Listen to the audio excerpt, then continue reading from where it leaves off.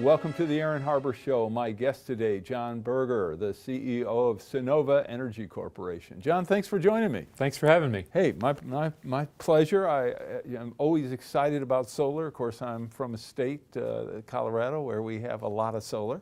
But these days you can be almost anywhere and take advantage of that. So tell me a little bit about the company, the territories you cover, and I have a bunch of other questions I want to ask you. Absolutely, absolutely. Sonoma Energy is a residential solar service company that we have now added batteries, so a residential solar service and battery company. And we span across the United States, so from near Japan, Guam, Saipan, all the way through Hawaii, California, Texas, into Puerto Rico, and as far north as Massachusetts. So it's you've got quite a large footprint, and it keeps getting larger all the time as we keep expanding and getting more customers in these areas. We operate through dealers. So these are partners that are locally owned and operated businesses that go out and acquire customers and sign them up to our contracts. And then those same contractors put our equipment on our customers' roofs to our specifications so that we can provide the service to the customers. And that's important to us because those locally owned and operated businesses are entrepreneurial in nature. They're keeping the jobs, the money, everything staying in within those communities, and they know the communities a lot better than, say, we could know them from Houston, for instance. And it gives us a pretty big competitive advantage as we're going up there and selling customers on wireless power. I mean, that's where we're going, is the ability to sit there and eventually, if you want to, or regulator forces you to cut the cord and do your own thing with our help. So tell me about one of the challenges you must have with so many different entities actually doing the service, providing the installations and maintenance. So two questions. One is, how do you maintain quality control with so many different independent players, some in business, some going out of business at times, and how do you, over time, certainly one of the key challenges with solar is that this isn't a one-year commitment. This is, 10, 20, whatever, multi-year commitment. How do you address issues of maintenance with that kind of long time frame? Well, we take care of the service side completely, and I would suggest that anybody going solar, the idea that you can do it yourself and you should just own the panels and then that somehow that's all going to come together because there's no moving parts and the panels have a manufacturer guarantee, that's all bogus. It's a system. That's like saying, hey, here's your car engine. So as long as nothing goes wrong with that drivetrain, everything else is good, right? That's not true, right? And so, especially as you add batteries, we heard in several cases here, it's not just about the lithium and the battery itself, but it's all the control electronics and operating technologies. All that's getting exponentially more complex. You need to have a service provider that's going to be there, just like you have one currently today with the monopoly, and you have one in home security, and you've got one in cellular telephone, and you got one even as, I cut the cord and cable 2 weeks ago at my house, but we still signed up for YouTube and Netflix and HBO and all that other stuff. So this is a service business. You might be paying more now than you were before. Actually, I'm paying significantly less. Are you really? Yes. My oldest son made sure that we get all that. And, it's a millennial thing, right? To be able to do it. So it's all about coming back in and saying, you know what, the dealer model, by the way, is what DirecTV uses. There's another example. It's what ADT uses. A lot of other companies do this. They're very similar to what our business is. And you put quality assurance, quality control measures in place. But if anything goes wrong, ultimately the buck stops here, and literally we'll take care of it. So if somebody goes out of business or something of that nature, it's up to us to fulfill the obligations because our contracting relationship and the trust is with, as far as the customer's trust is with us. So what, in terms of customer arrangements, what kind of options do I have as a customer if I come to you and say, hey, I want solar power on my roof? I'm glad you asked. We have a unique situation in that we're the only ones that directly off our balance sheet offer loans, leases, power purchase agreements, levelized power purchase agreements. So any flavor of ice cream that you want, you can have it. There's really no difference if you want to, quote, own it and have a loan, fine. But what's really great about what Sunnova does for its customers is, regardless, loan, lease, power purchase agreement, whatever you want, we have a service guarantee through all of them. No one else does that. No one else does that. They can offer loans, but they give them off to somebody else, and you don't know who else you're dealing with. They don't give you the service. The service is important because you want that taken care of. Like, for instance, our customers in Puerto Rico. We're the largest power provider in terms of number of customers, second to the monopoly PREPA, and prior to the Maria, actually post-Maria as well. You know how much money are those thousands of customers paid to have all those systems repaired and brought back online? Zero, not one penny. Because you're doing it all.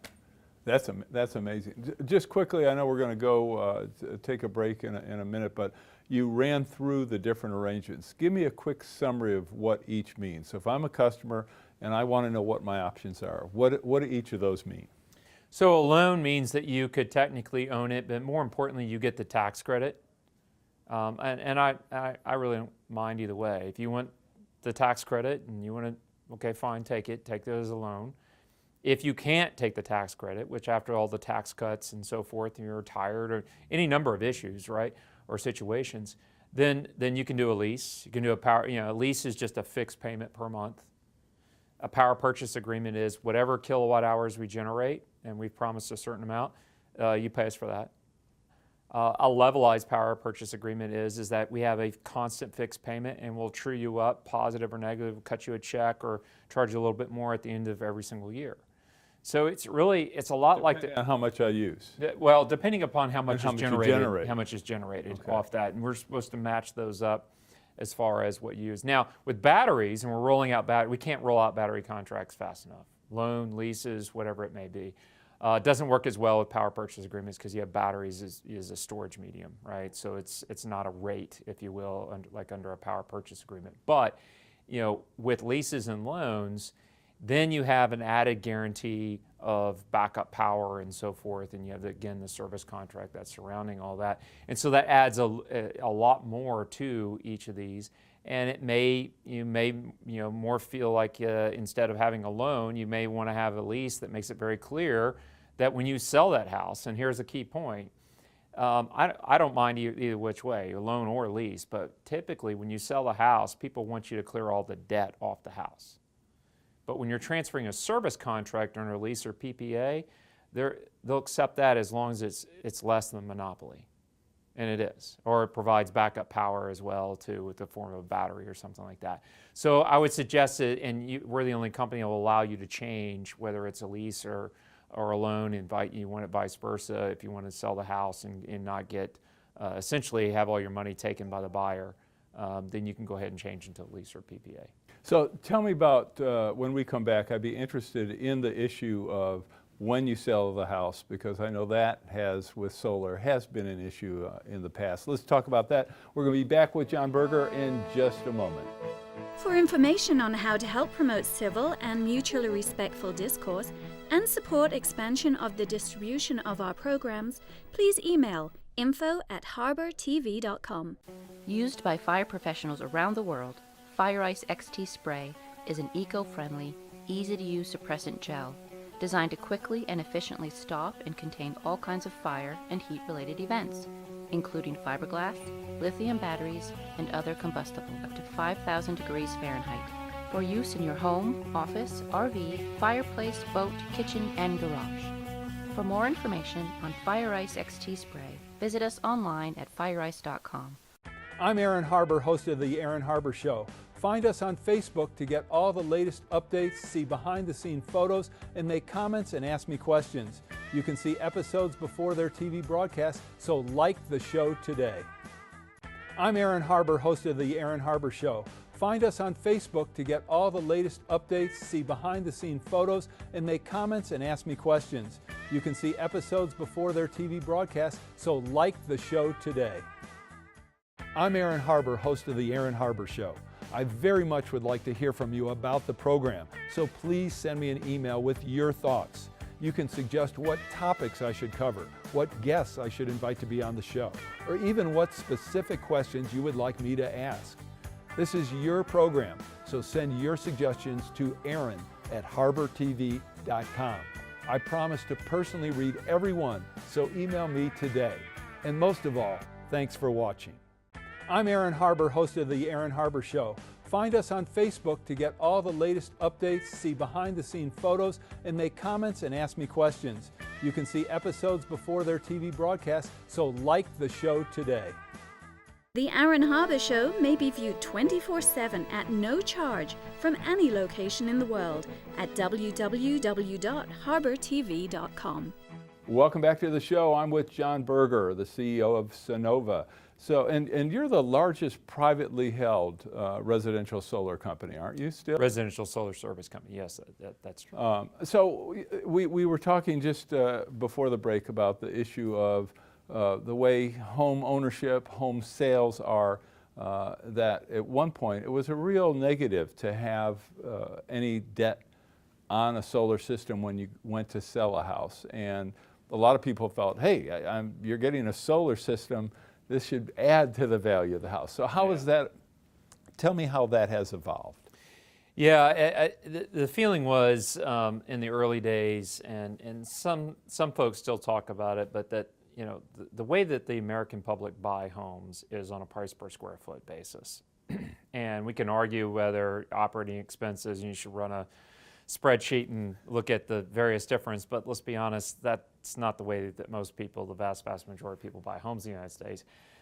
And I don't think it's going to change anytime soon, right? And so the reality is you don't get paid for that solar system when you sell your house. I mean, it's going to go where the market's going to go in terms of the home.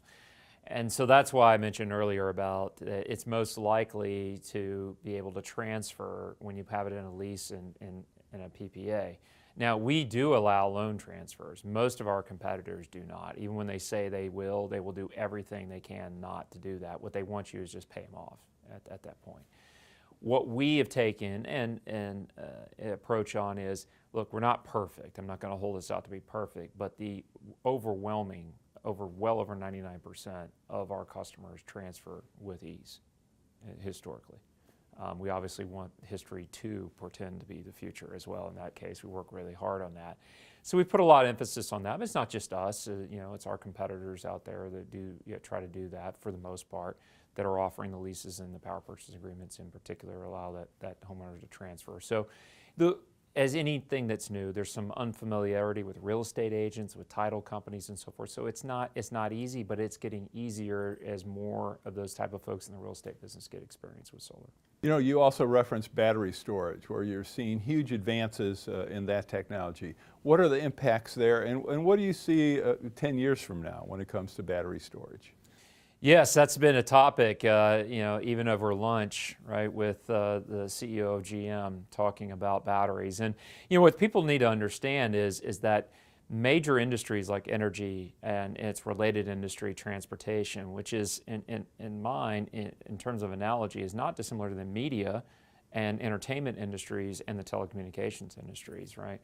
And how you change these major industries, you have a confluence of technologies. So it's not just one thing. It's not just wireless that changed your world. It was internet. It was, you know, advancement in chip technologies. It was fiber optics. It was all these different things that came together.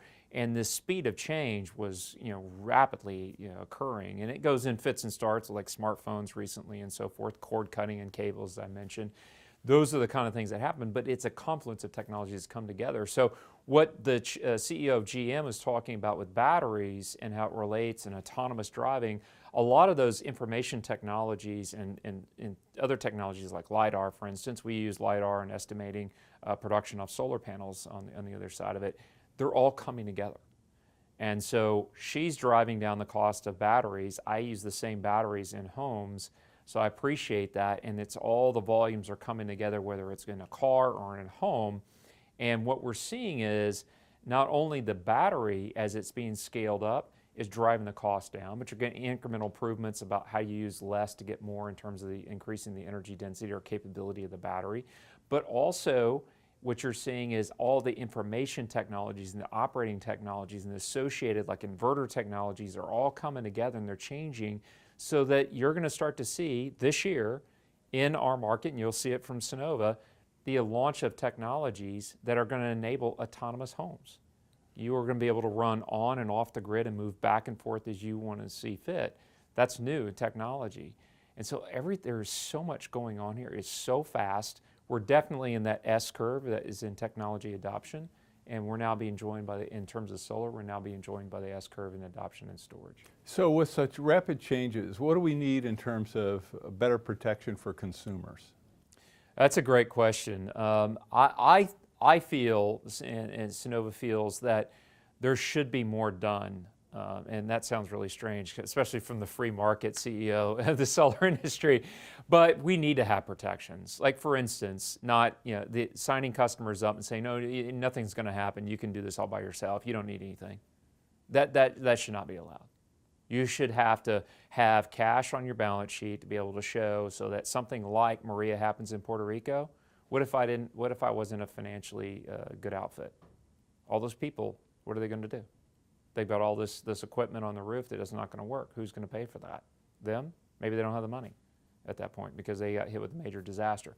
So the government has to step in and really make sure there's some protections in place, and that there's the proper oversight of what a consumer's been sold. And I'm not going to hold us out saying that we're perfect. I'm sure that we've messed up some things in the past. We try to make good on those as best we can. So I'm not saying we're perfect, but we're trying. We've got quality assurance, quality control that I spoke about earlier. We have service contracts, but there's a lot of other people out there that are trying to be get rich quick and they're leaving. Remember, I'm signing 25-year contracts. I'm not going anywhere. And I think everybody else should be held to the same standards. Fair enough. What about in terms of consumers? And you're seeing this because you operate, you have installers in multiple states. What is really successful, do you think, in terms of competition in the electrical markets? How does that look in different states? How do you see that evolving? Because people in one state usually don't know how different buying electricity on a retail level for residential, commercial properties may be in even a neighboring state. That's a great question. And I think that, in terms of what we're going to see, I think in future weeks and in the coming years, is we are at this question where the electric or regulation system in the United States is broken. Technology has moved past it. I don't care what state you're in. And there needs to be a reflection of that reality. There's a few options here. One is that, the monopolies, which, by the way, were set up because it was deemed a social good to have one wire go to one home. You needed that one wire to one home because the fuel source, in this case, it was hydro at the first plant that Edison and Tesla were making a run on. And then the coal by wire was the rallying cry in the 1920s. And then we had the nuclear build out in the 60s and 70s. You obviously don't put a nuclear power plant in your backyard. And then even the gas-fired side, because the conversion technology from the fuel source to electricity, with a combustion turbine, that was centralized. So everything was centralized, fuel and conversion technology, until solar. Solar is decentralized. Clearly sunlight falls in a lot of different places on the earth, at least you hope so. And the conversion technology is embedded in there, so there's no fuel source to pipe there, if you will. That's a game changer. And storage is clearly decentralized. You probably got one in your pocket or on the floor or someplace in your phone, right? And so that is a huge difference in the regulatory. And what are you going to do and how are you going to allow it?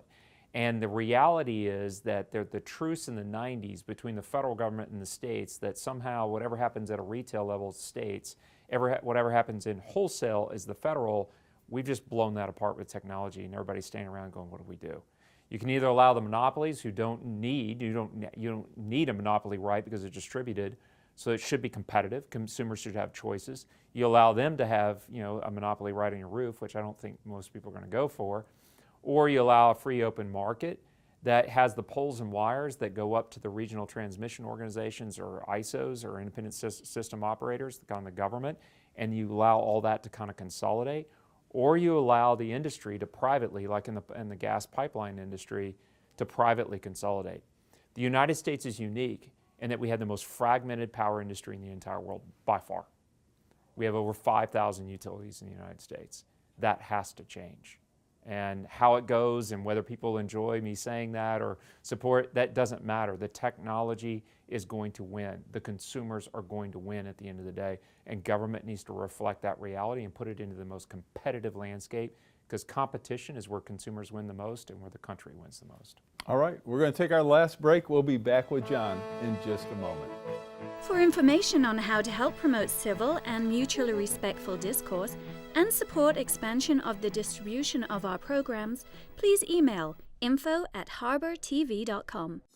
The Rex Howell Broadcaster of the Year Award recognizes an individual who, through leadership, skill, and dedication, is advancing the broadcast industry in our state and our nation. Tonight, we honor Aaron Harber. Aaron has worked extensively in the media as a host, producer, political and economic commentator, and columnist. Today, the Aaron Harber Show is the focus of his media involvement.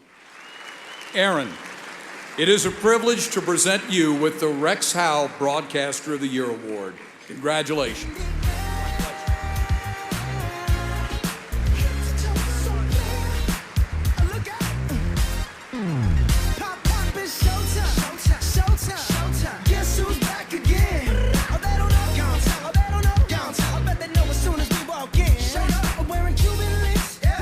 Just make journalism great again.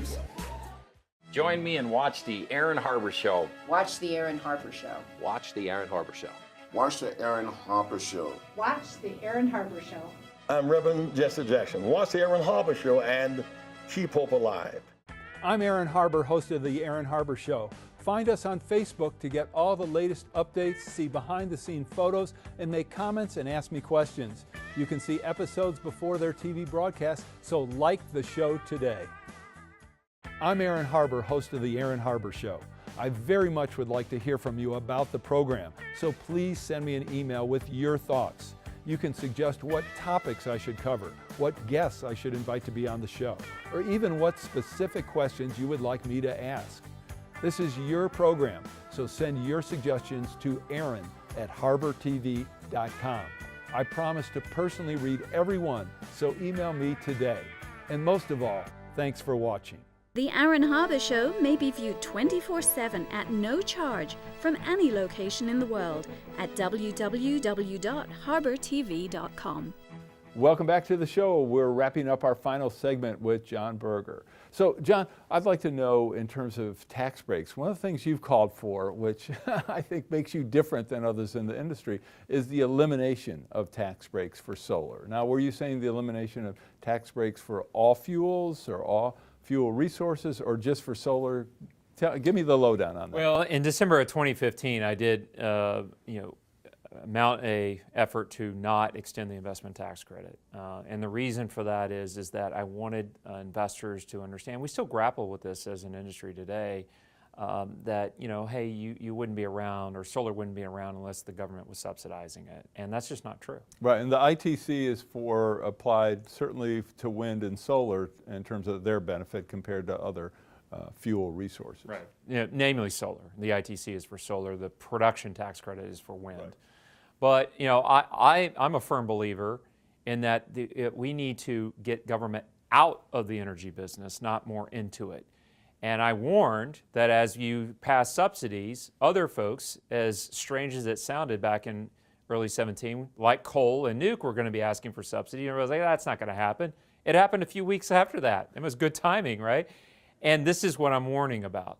We need to recognize that government needs to open up the system, let competition work, let consumers choose, not the government. So what about the relationship between electric cars and solar, and especially in reference to battery storage? Give me a quick scenario as you see things evolving. The same manufacturers are going to create batteries for cars and batteries for homes. And there is about a 7 to 8x capacity or capital cost difference between making a manufacturing facility for batteries and making one for solar panels, which means that the battery companies are going to have to be big companies. Your LGs, your Panasonics, your BYDs in China, your Teslas, yes. Those are, and so we're going to see some big companies coming out of the battery space. But it's going to be the exact same technology feeding on themselves, and we're seeing that now, driving the cost lower far faster than most people think. All right, quickly, 2 tariff questions. One, of course, tariffs were applied some time ago on solar panels. What's the impact on industry? What's your take on that? And then, of course, there have been lots of discussions, plans, announcements about tariffs, for example, on steel and aluminum. Give me a long-term view on both of those. We oppose them. Worked to hope, to avoid the solar panel tariffs. So unfortunately, we're put in. It's not going to hurt the industry in terms of residential solar and storage service. Most of the prices were built in, which is what we said right after they were imposed. Prices have declined since that announcement, so we predicted that, and that has indeed happened because there was too much fear built into it. I also said that be careful, tariffs are going to spread across the economy, because that's exactly what the Trump administration and the president wants is tariffs. I think he's been very clear on that. And so, again, I predict that there's going to be tariffs that are going to impact the oil and gas industry. It's going to impact a lot of the centralized power. It's going to spread across the economy. And do I think that's a good idea? Absolutely not. So when you talk about the decline, I mean, one of the things we didn't touch on initially is the extraordinary decline in the cost of, for example, solar panels. Talk about that, thin film technology, and kind of your view. And let's not, I don't mean a year or two from now, but say a 20-year view. What is the industry going to look like in 20 years? With the overall power or energy industry? Well, let's talk about solar. Just solar?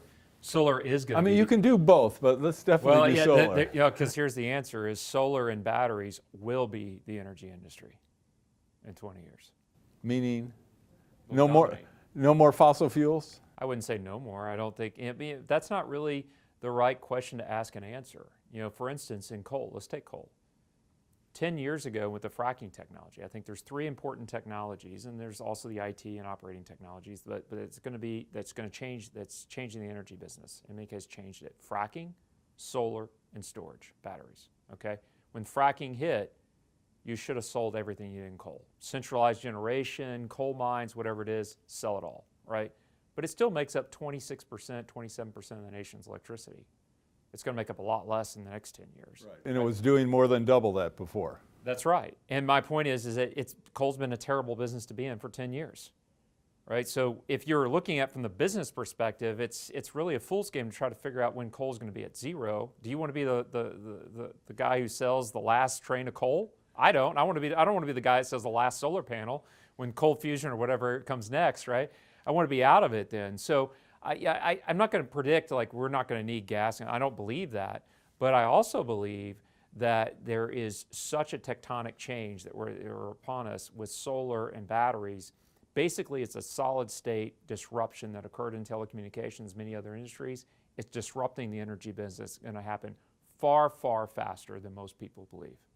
So in 20 years, what percent of, for example, electricity and then all energy do you think in the United States will be provided by solar?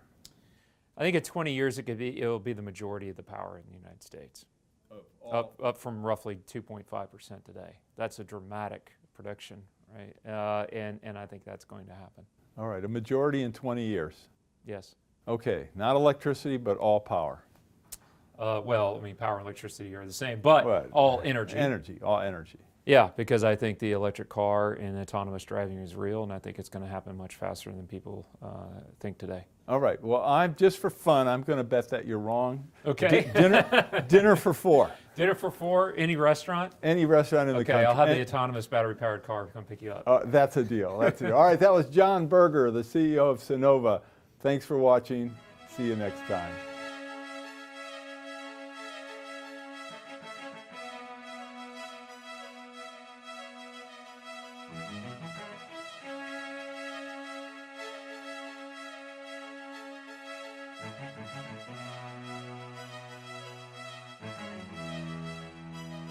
Please contact us. We want to hear from you.